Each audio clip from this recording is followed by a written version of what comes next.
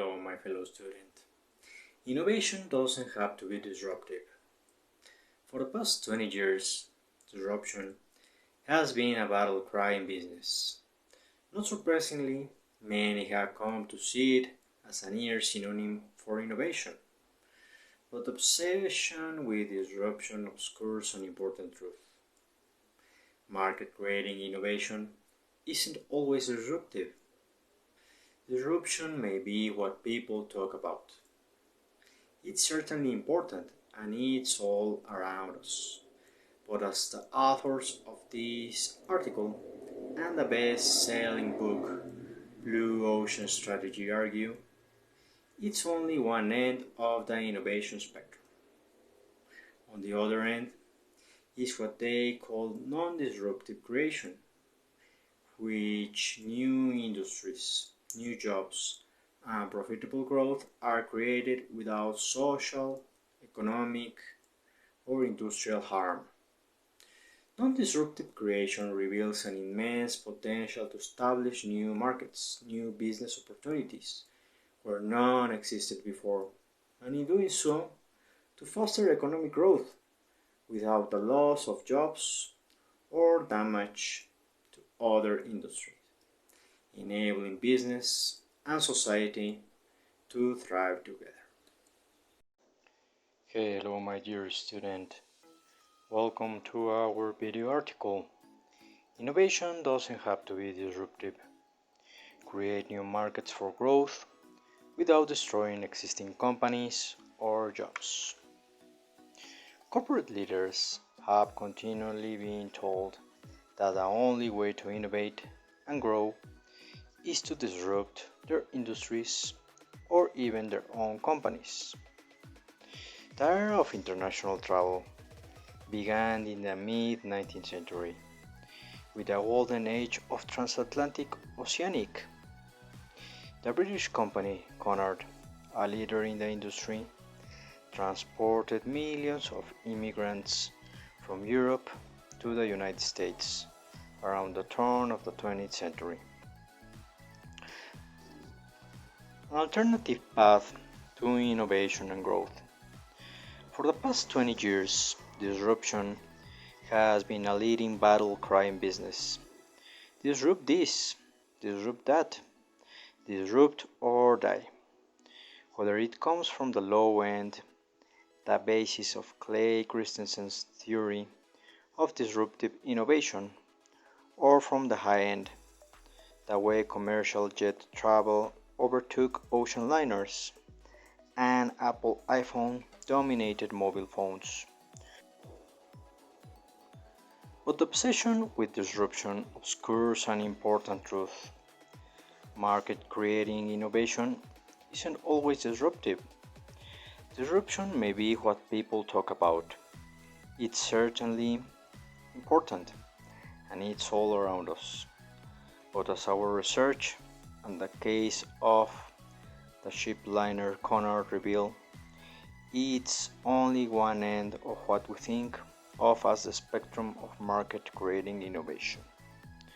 On the other end is what we have come to call non-disruptive creation, through which new industries, new jobs, and profitable growth come into being without destroying existing companies or jobs. Under disruption and its conceptual antecedent, Joseph Schumpeter, creative destruction, market creation is inextricably linked to destruction or displacement. But non-disruptive creation breaks that link. It reveals an immense potential to establish markets where none existed before, and, in doing so, to foster economic growth in a way that enables business and society to thrive together. In this video article, we will show how non-disruptive creation can complement disruption by offering an alternative path to market creating innovation. We'll begin with the significant impact it can have on growth, jobs, society, economy, and the world as a whole. Said this, let's begin with three ideas that changed the world. Three ideas that changed the world. Today, most women in developed countries take sanitary napkins for granted, but that one innovation created a non-disruptive new market that has radically improved the lives of half the world's population. Every month, women use them to deal with the inconvenience and messiness of their menstrual cycles. But that wasn't always the case. Before the advent of sanitary napkins, women used pieces of old cloth or even sheep's wool, which were often dirty and could cause infection. They were uncomfortable, chipped, worn, and failed to prevent visible spotting and leakage. To avoid this embarrassment, girls frequently stayed away from school for several days during their monthly cycles. Sanitary napkins took much of the stigma and dread out of menstruation. Girls could go to school and play sports without worry, and women could more easily work. Today, the sanitary napkin industry generates revenue of more than 22 billion a year. Consider microfinance, an innovation that has transformed the lives of many of the world's poorest people by making financial services available to those who subsist on less than a few dollars a day. Before the advent of microfinance, no bank or other financial institution was prepared to serve them, deeming them unsuitable as borrowers. By finding a way around the problem, Muhammad Yunus, the founder of Grameen Bank, enabled people who had previously been denied access to capital to create new micro-business, jobs, higher standards of living, and hope. Microfinance has become a multi-billion-dollar industry with a staggering 98% loan repayment rate and plenty of room for future growth. Now consider the television program Sesame Street, which teaches preschool children how to count, name colors and shapes, and recognize the letters of the alphabet. The best part is that kids have so much fun watching it, when it's lovable Muppets and songs, that they don't even realize how much they're learning. Sesame Street did not displace preschools, libraries, or even parents who were reading bedtime stories to their children.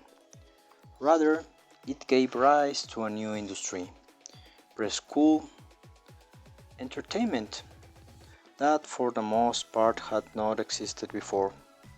Today it's a multi-billion-dollar industry, and Sesame Street has become the most successful, longest-running children's television show in history, winning scores of Emmy Awards and 11 Grammys. It has viewers in more than 150 countries. Although those three cases are disparate, they are all examples of non-disruptive creation.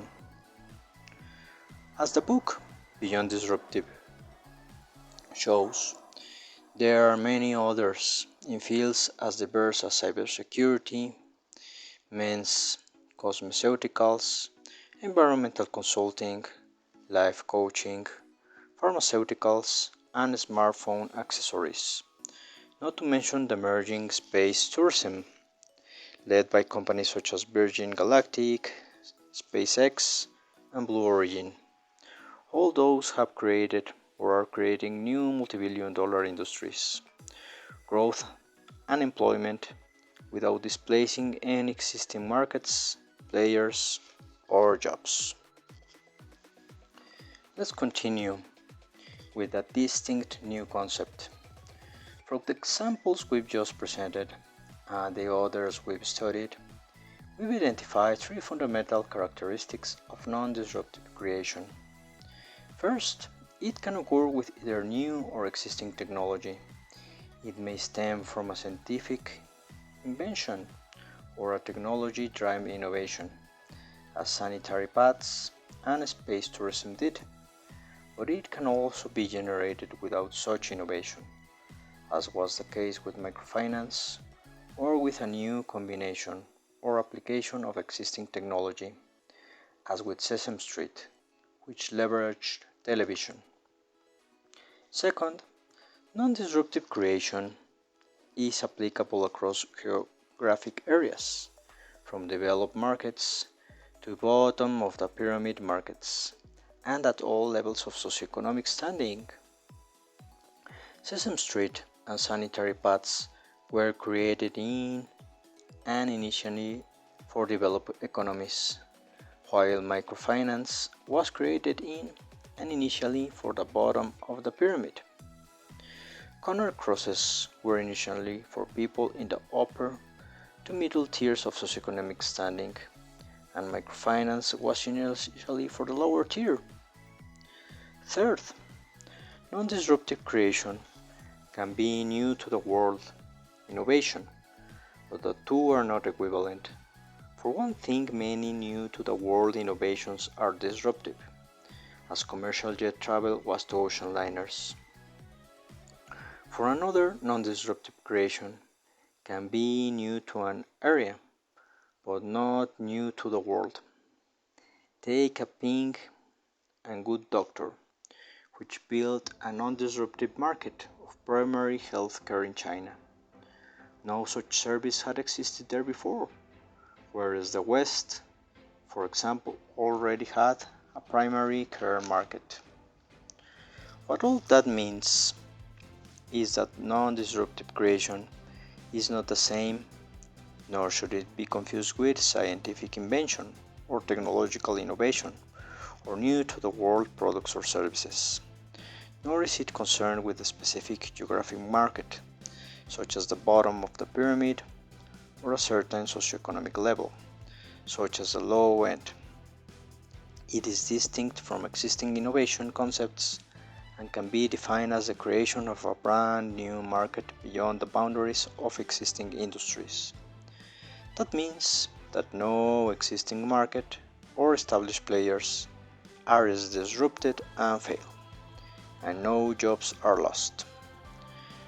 For a discussion of this research on this, I'm gonna put a sidebar from blue ocean strategy to non-disruptive creation. How the economic and social impacts differ. Consider now these examples: Netflix versus Blockbuster, Amazon versus booksellers and Main Street retailers, and Uber versus taxis. They come from different industries, but they have three different key factors in common. They're all cases of disruption. They all reflect a clear win-lose situation, and they all impose painful adjustments cost on society. Let's explore a little bit about this. On the positive side, consumers win big time. That's why people gravitate to disruptive offerings. For a product or a service to disrupt, it must deliver a leap in value, typically underscored by a new business model. Otherwise, the industry won't be thrown into disarray, and purchasers, whether they be business or consumers, will see no reason to shift from the incumbent offering to the new one. In economic terms, we can say that the consumer surplus delivered from the disruptor is high, and society resources are allocated where they are deemed to be better used. That's why disruption tends to grow industries as well as upend them. The compelling value it unlocks draws people who didn't previously purchase incumbents' products or services, and it inspires incumbents, existing customers, to use the new offerings more frequently. For example, more people watch Netflix than used to rent DVDs from Blockbuster, and more people take digital photos than ever took photos with film. just as more people cross the ocean in planes than ever did on ocean liners, and with greater frequency. But the growth here is achieved in a win-lose way. Does the disruptor success come at the direct expense of existing players and markets? Which brings us to the second commonality. Disruption imposes a clear trade-off between winners and losers. In some cases, one wins and everyone else loses. That's because the leap in consumer surplus provided by the disruptor can nearly wipe out the existing industry and its incumbent players. Amazon didn't merely displace borders 1,200 stores, along with countless independent booksellers, and take a huge chunk out of Barnes and Noble sales. It is now doing the same to Main Street retailers and department stores in the United States and other countries it operates in. Although the disruptor is hailed as a winner in the press, and purchasers and investors flock to it, this win-lose approach triggers the third commonality: painful adjustment costs for society, often hidden by the euphoria and glamour that surround disruption. For example, in New York City, Uber's largest US market, the company had had a huge impact on taxi drivers and medallion owners who bought the right to operate a taxi in the city. Long seen as a retirement ticket, taxi medallions have plunged in value from more than 1 million to as little as 175,000 since the appearance of Uber and other ride-hailing services and taxi drivers. Earnings have nosedived by as much as 40%. Many drivers must now work double shifts just to survive. Bankruptcies, foreclosures, evictions, and even suicides have resulted.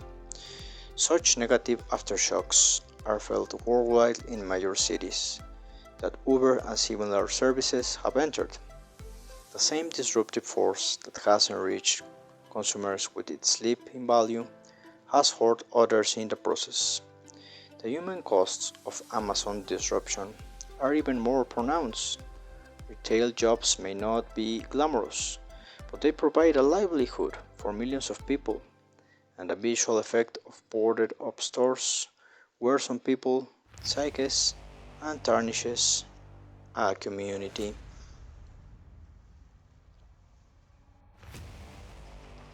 In theory, disruption should generate higher growth and new jobs, but painful adjustment costs either in the short run. For example, Amazon disruption of booksellers and retail has led to as many as 900,000 jobs lost and huge existing asset obsolescence. And although Amazon workforce had climbed from 200,000 to 800,000 when the pandemic hit, and its net positive impact on jobs and growth has increased since, the jobs it is creating are not necessarily located where the old jobs were lost, and may not rest on the same skills and knowledge as those of the workers let go. People who were laid off may still be reeling, especially if they're in rural communities where local jobs were scarce to begin with.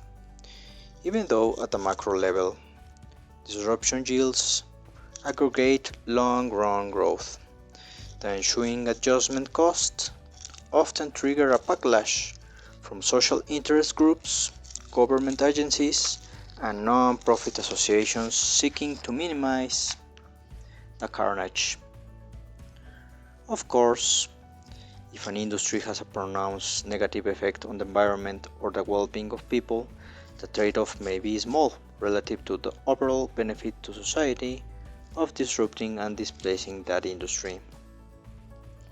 Adjustment costs are where non-disruptive creation breaks from disruption, by effectively disentangling market creation from market destruction. It allows organizations to grow with little asset obsolescence and social pain, All else being equal, it can be seen as a positive sum approach to innovation, a much needed complement to disruption as a pathway to growth. Let's explore that idea. Toward a positive sum outcome, like disruption, non-disruptive creation delivers compelling value for buyers, whether they are consumers or businesses. That's why we purchase or use the product or service and the new market materializes. Without the sectional value, the new market will not take off, in contrast to disruption. However, non-disruptive creation produces no evident losers and only minimal painful adjustment costs. From the start, it has positive impact on growth and jobs.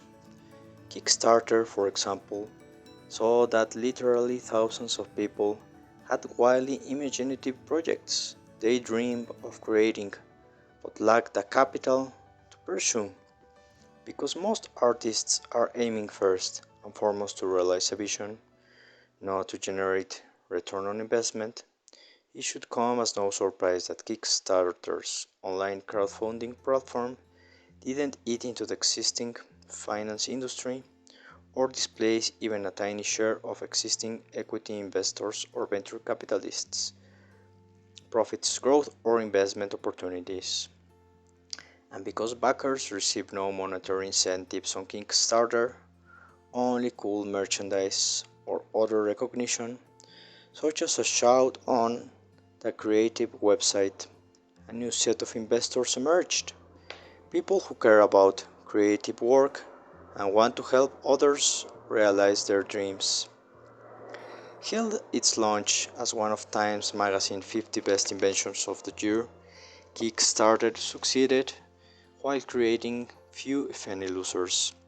Within 3 years of its advent, it became profitable, and in the first decade it raised a staggering 4.3 billion for projects support on its platform, funding more than 160,000 ideas that might have gone unrealized otherwise.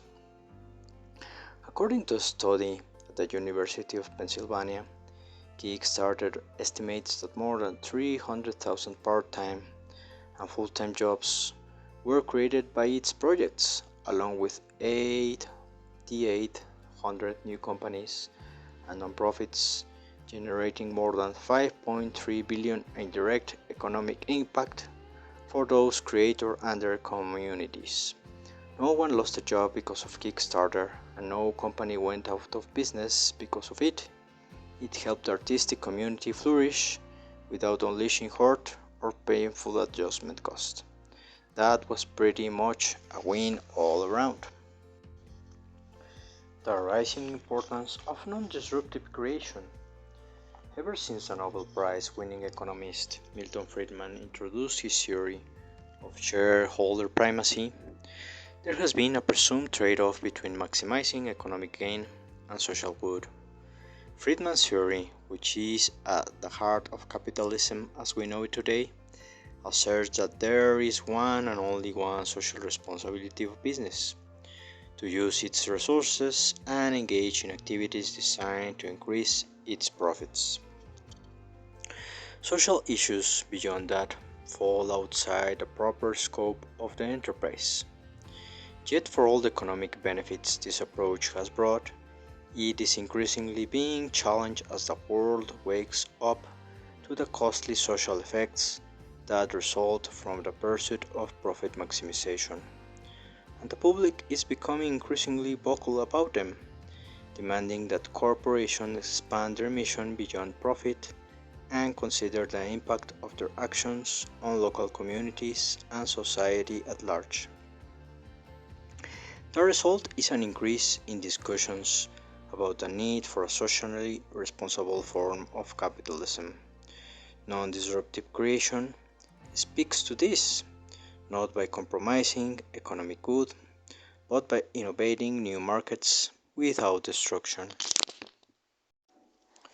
The influence of the Fourth Industrial Revolution also underscores non-disruptive creation growing importance for the future. AI, smart machines, robotics are on track to deliver previously unimaginable effects and efficiencies, but they will do so by replacing an increasingly wide swath of existing human jobs. Studies show that smart machines are expected to displace about 20 million manufacturing jobs worldwide over the next decade, more than 1.5 million of them in the United States. Other studies predict that smart machines, robotics, AI, blockchain technology, 3D printing, and automation will put to 20 to 4% of existing jobs at risk for the coming decades, including a range of high-end jobs across most sectors, from medical to legal, finance, real estate, and journalism. And as recent advances show, AI is even capable of creating beautiful original art and music. To absorb all the released human capital, new jobs will be needed, which brings us right back to the central driver of economic growth, market creating innovation. The success of technology and the productivity it unleashes raises the premium on creativity and the establishment of new markets. The challenge for companies, governments, and society will be to create new jobs that don't replace and displace others. That is as much an economic imperative as it is a moral one, a positive one, which is another reason why non-disruptive creation is about to become even more important. Microfinance has given nearly 140 million people loans to start micro enterprises and be gainfully self-employed. Life coaching, another non-disruptive industry, is estimated to have created tens of thousands of new jobs. Environmental consulting has given rise to thousands of new jobs, and that number will no doubt grow as public concern mounts over environmental degradation. Non-disruptive creation is not the sole answer to the challenges we face. Many other pieces of the puzzle are needed, but it should be part of any solution. Said all this, let's go to our main point here. How to identify non-disruptive opportunities for ideas and knowledge and intelligence in our IBO course. So how can organizations go about finding and realizing opportunities for non-disruptive creation? To answer that question, we studied where a pattern lies behind successful non-disruptive creations, and if so, what it looks like. Our aim was to codify the recurring thought processes and actions of non-disruptive creators so that other organizations could use them for maximum effect. Three building blocks are key to non-disruptive creation: identifying a non-disrupting opportunity, finding a way to unlock it, and securing the enablers needed to realize in a high-value, low-cost way. In this video article, because of some time limitations, we will focus on the first one. There are two main ways to identify a non-disruptive opportunity. Number one, address an existing but unexplored issue or problem. Non-disruptive markets are created by solving a brand new problem or uncovering a brand new opportunity beyond existing industry boundaries. That doesn't necessarily mean that the problem or the opportunity suddenly popped up. It may have long existed, but importantly has remained unexplored because it wasn't seen as a problem to solve or an opportunity for creation. Sometimes people have consciously or unconsciously accepted it as simply the way things are.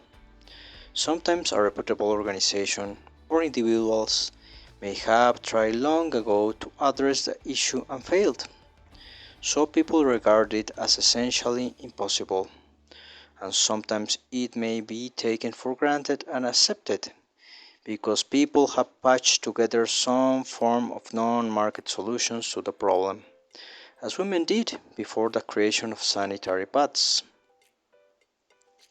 Take Square, now Block. Jim McKelvey and Jack Dorsey, the founders, saw that individuals and microbusinesses were losing sales because they couldn't accept credit card payments. That problem had long existed, but had somehow been accepted as a natural struggle that goes hand in hand with running a small business. It was McKelvey's direct loss of a sale for his glass blowing business that highlighted this existing unexplored problem and made the two men passionate about solving it as they realized how many would benefit from this new market. From small business to pop-up shops, ice cream trucks, and even babysitters. Square Solution, the Square Reader, created a non-disruptive new market. It had little, if any, effect on existing merchants and their credit card providers, and Square quickly grew into a $1 billion company without facing any real backlash or flight from established players. On a smaller scale, consider the Mick Ebeling, Daniel Belker, and their Not Impossible Labs.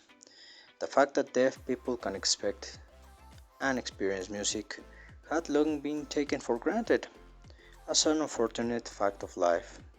Ebeling and Belker, however, saw it not as an inevitable destiny of the deaf, but as a brand new opportunity to innovate. So they and the rest of the team at Not Impossible Labs set out to change things with music.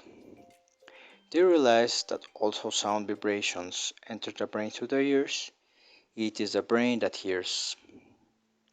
So to get vibrations to the brain, they use the skin instead of the ear, developing a wearable, vibro-tactile device for deaf people and concert goers.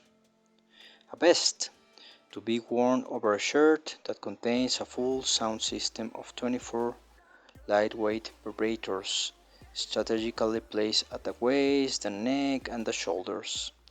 The result was the world's first rock concert for deaf people.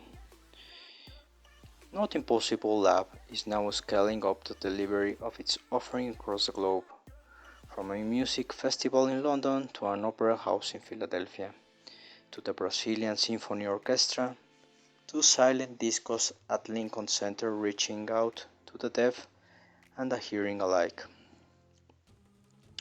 GoPro, Liquid Paper, Viagra, Prodigy Finance, and, going back in time, the humble but indispensable windshield wiper and the dishwasher are just a few more of the countless non-disruptive creations generated by tackling existing or unexplored issues and problems with market solutions. 2. Address a newly emerging issue or problem. Socioeconomic, environmental, demographic, and technological changes that have an impact on society or people's lives gives rise to new problems, opportunities, and issues, offering an effective market solution to an emerging need or opportunity beyond existing industry boundaries opens the door to a non-disruptive new market. Consider the Tongwei Group, a Chinese aquatic feed producer, mounting global pressure for clean, low-carbon energy, created a new push in China for green sources of energy, especially in the eastern and central regions, where industrial activity was concentrated and power demand was rising.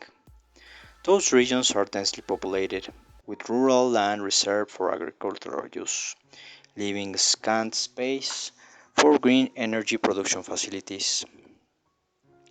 Seeing this emerging need, The Tongwei Group set out to create a brand new non-disruptive market by leveraging its business, which serviced millions of acres of fish farm waters in eastern and central China.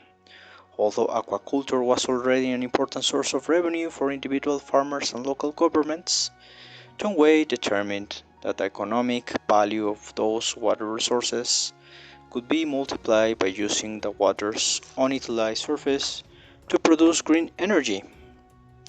So the company created a non-disruptive, fishery-integrated photovoltaic industry which essentially combined an innovative cage-type aquacultural system that it had developed with a water-based photovoltaic system. Solar panels set above the water had the effect of lowering water temperatures and reducing photosynthesis and algal growth, which boosted the output of the fish farms. Meanwhile, Tongwei generated electricity with the solar panels. The result of this non-disruptive creation were higher incomes for fish farmers, a new source of green energy, and a highly profitable new business for Tongwei. Tongwei new market disrupts no one and it's expanding rapidly across China.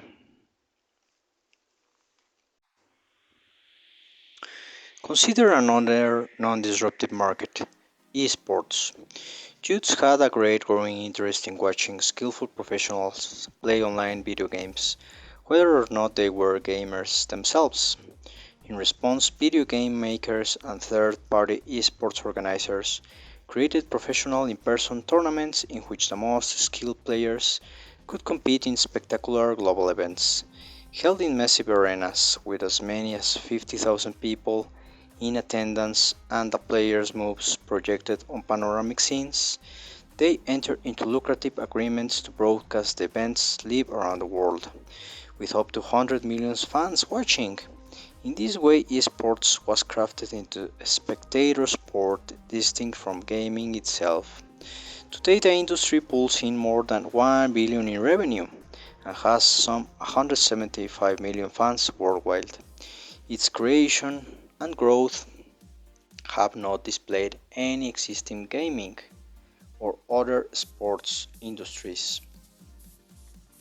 The relevant questions are: what taken for granted problems that no industry exists to solve do you or your company observe or directly experience? What newly emerging issues are you or your organization encountering that have no industry addressing them and could create a real opportunity for you, your business, or the world? Are you actively scouting brand new problems to solve and brand new opportunities for creation? Do you have a mechanism, a process, or tools for doing so effectively? So, said this, let's conclude. As we seek to address the many challenges facing our planet and humanity, we will need innovative market creative solutions. If they can be non-disruptive rather than disruptive, we believe they will help bridge the gap between business and society, bringing people together rather than dividing them. Much of business is about aggression and fear, beating the competition, stealing market share, disrupting or being disrupted. Most of us dislikes these emotions and behaviors because they fill us with anxiety, making us feel we are under threat and may be marginalized or destroyed if we don't strike first. It's a scarcity-based view of the world. What if we could shift from fear to hope, from a mindset of scarcity to one of growth and abundance? The idea that we can create new markets and grow without disrupting others suggests that business does not have to be a disruptive, fear-based win-lose game. To be sure, fear can be effective. Disrupt or die is a strong motivator for an organization to act, but the hope of making a positive sum contribution to business and society is equally strong. That's why it's important to understand and act on both ends of the spectrum of market creating innovation, and why non disruptive creation is an essential complement to disruption. Each role has to play and build a compelling future. Said this, please fill out the form of disruption versus non disruptive creation. I will be pointing out the example of the form so you can research some companies, some examples about the disruption and non disruptive creation. So you can have ideas and identify and start creating new business opportunities. Said this, thank you for listening and watching. See you in our next video article. This was Victor Marquez Roma, your assigned lecturer on IBO. Goodbye.